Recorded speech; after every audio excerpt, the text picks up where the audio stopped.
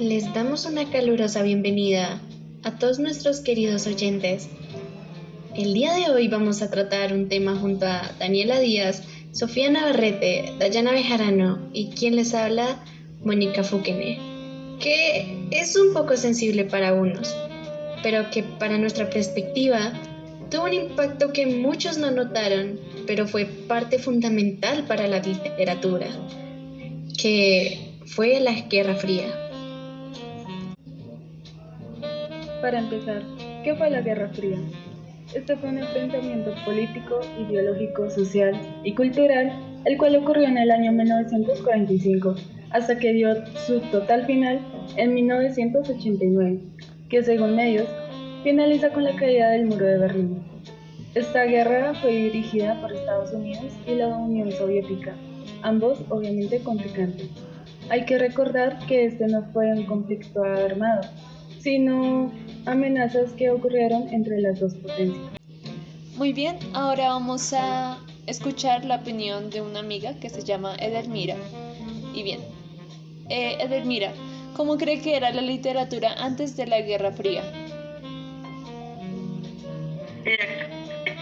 Literatura en ese tiempo para mí era como menos expresiva que hoy en día. En ese tiempo no, como que no hablaban, como que no decían lo que sentían, lo que pensaban, no se expresaban, no sentían que no podían hacerlo. En cambio hoy en día sí somos como más libres de hablar, de expresarnos, de decir lo que sentimos. Eso pienso yo. Muy bien, muchas gracias. Bien, antes de tocar el tema de la Guerra Fría, vamos a remontar a la Segunda Guerra Mundial, en donde ha inspirado a muchos escritores y directores de cine a lo largo de los años, con películas y libros que han tratado especialmente acerca del conflicto bélico, desde diversas perspectivas. Sin embargo, puede considerarse que este comienza a fines de la guerra, que es en donde da inicio a la Guerra Fría y surge la literatura contemporánea, donde este periodo fue clave para la remodelación política, social y espiritual, y no simplemente hacia las grandes potencias, sino del planeta entero. Así, la literatura contemporánea recoge las angustias de un periodo de extravío en una buena parte del mundo, a raíz del colapso de las potencias coloniales europeas que gobernaron hasta los inicios del siglo XX. Y estas fueron reemplazadas por los Estados Unidos, que fue la potencia económica, cultural y política de Occidente. Y también no faltaba la Unión Soviética como su contrapartida oriental.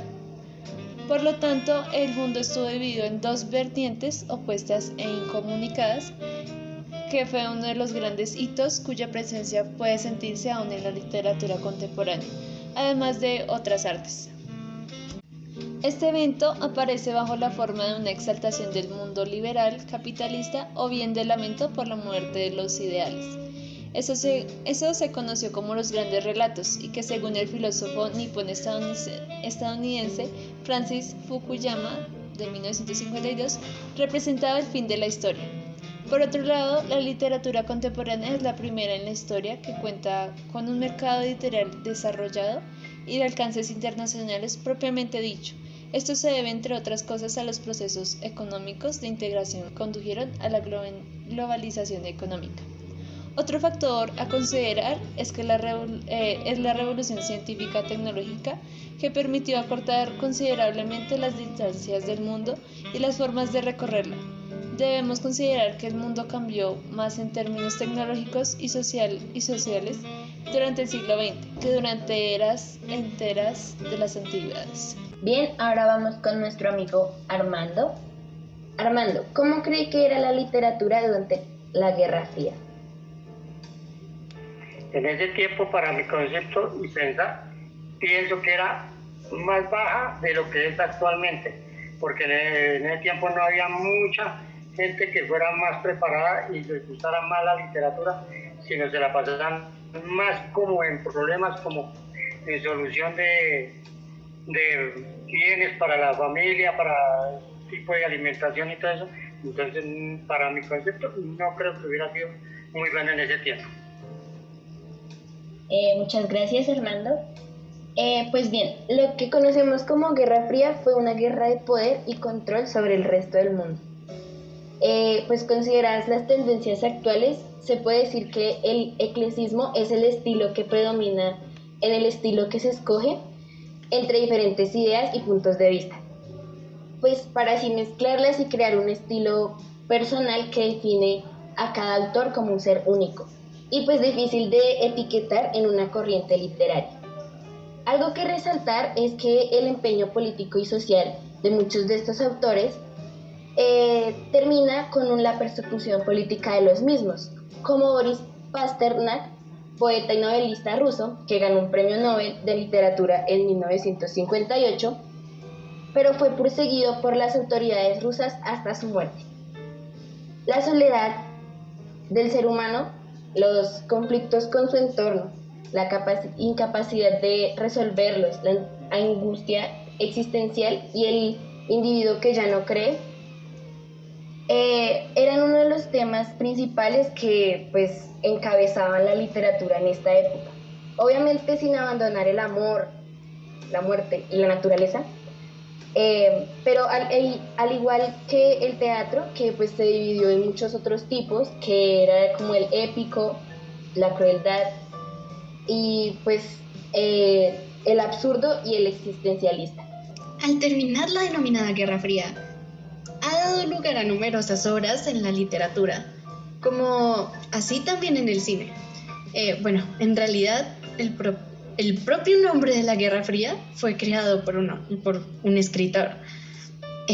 A base de lo que dejó la Guerra Fría, hay actividades de esta que contribuyeron a dar temas a obras literarias, como lo han sido las agencias de espionaje, inteligencias u operaciones especiales, que pues en la realidad tanto la Unión Soviética ha tenido su KGB, como Estados Unidos tiene a la CIA, Inglaterra su Secret Service, Israel su célebre Mossad y bueno, otros países con sus propias agencias, por supuesto un poco menos renombradas. Podemos destacar que el más célebre personaje de este origen ha sido Bond, James Bond. De hecho, ¿ustedes no les gusta James Bond? ¿Conocen a James Bond? Sinceramente no. Bueno, pues por parte mía, estoy segura que en un tiempo pues sí me la alcancé a ver y creo que era de un espía, pero no me acuerdo bien del contexto que llevaba. Yo recuerdo un poco el contexto, pero en realidad no las he visto. Pues déjenme decirles que falta de cultura. Mentiras. Bond, James Bond, como le gusta presentarse, el agente 007, fue creado por Ian Fleming en una serie de 13 novelas que, constituye por su primera parte, en su versión original, una antología de los diversos modos en que el idioma inglés es hablado en el mundo. El agente 007 dio una figura inimitable de agente secreto de la Guerra Fría, en una notoria serie fílmica que pues se llevó a película. Y así más o menos reales o bastante revestidas a su versión literaria, con elementos ficticios, organizaron libros como El Día de Chacal, sobre el atentado contra Gral, Dr. Zhivago, del escritor ruso Alexander Solovetsky, y muchos más. Pero en otro sentido, algunos libros también apuntaron como desde el ángulo un poco más de la ficción, o otros enfoques en torno a la Guerra Fría un poco más serios y a las concepciones que en ella se enfrentaron. Y aún más que en ese momento todavía con la caída de la Unión Soviética seguía pasando, desde el terreno literario de la novela. Unas de los libros más reconocidos también es El espía que surgió del frío, de John Carré, Le sigue bestsellers como El agente secreto de Joseph Conrad, El americano impasible de Graham Greene y El invierno en Madrid de C.J. Sanson.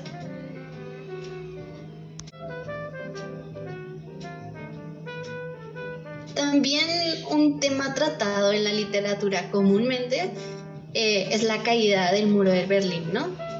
Se supone que con la caída del muro de Berlín se cerró la Guerra Fría. Un ejemplo de uno de estos libros es de Alemania a Alemania, diario en 1990 de Günter Grass. Este es un diario donde, como además de revelar su día a día e incluso, bueno, cómo escribía y su proceso creativo, va notando su visión y sus reflexiones sobre el proceso que unificaría las dos Alemanias. Y aparte de eso, dio su crítica. También hay que resaltar que este libro, o bueno, este diario, fue nominado al premio, y ganó el Premio Nobel de Literatura. De hecho, hablando del muro de Berlín, de la caída del muro de Berlín, hay un manga llamado Monster que leí, es del mangaka Naoki Urasawa, y este empezó a salir en 1994 y concluyó en el 2001. Básicamente esta historia se remonta en un poco después de la caída del muro de Berlín. Y este nos muestra la crisis de identidad de la sociodemocracia y el atrapada que estaba Alemania en la necesidad de dar la continuidad de el modelo que tenían o someterlo a una remisión. También trata temas como experimentos con gemelos que se dicen que se llevó a cabo desde la Segunda Guerra Mundial hasta un poco después de la Guerra Fría. Este manga trata temas que para su época pues todavía eran como muy innovadores, ¿no? No trata temas que en aquel entonces no se hablaban. En un medio que últimamente está tomando mucha fuerza, como lo es el manga. Me parece fascinante el cómo relaciona temas actuales con hechos que pasaron hace más de 80 años, que a pesar de que este tipo de relatos no son bestsellers, por llamarlo de alguna manera, tienen bastante reconocimiento a nivel cultural y actualmente se hablan de temas que en ese entonces ni se atrevían a tocar. Yo también conozco una obra de ese mismo autor llamada Pluto, pero aún no la he leído.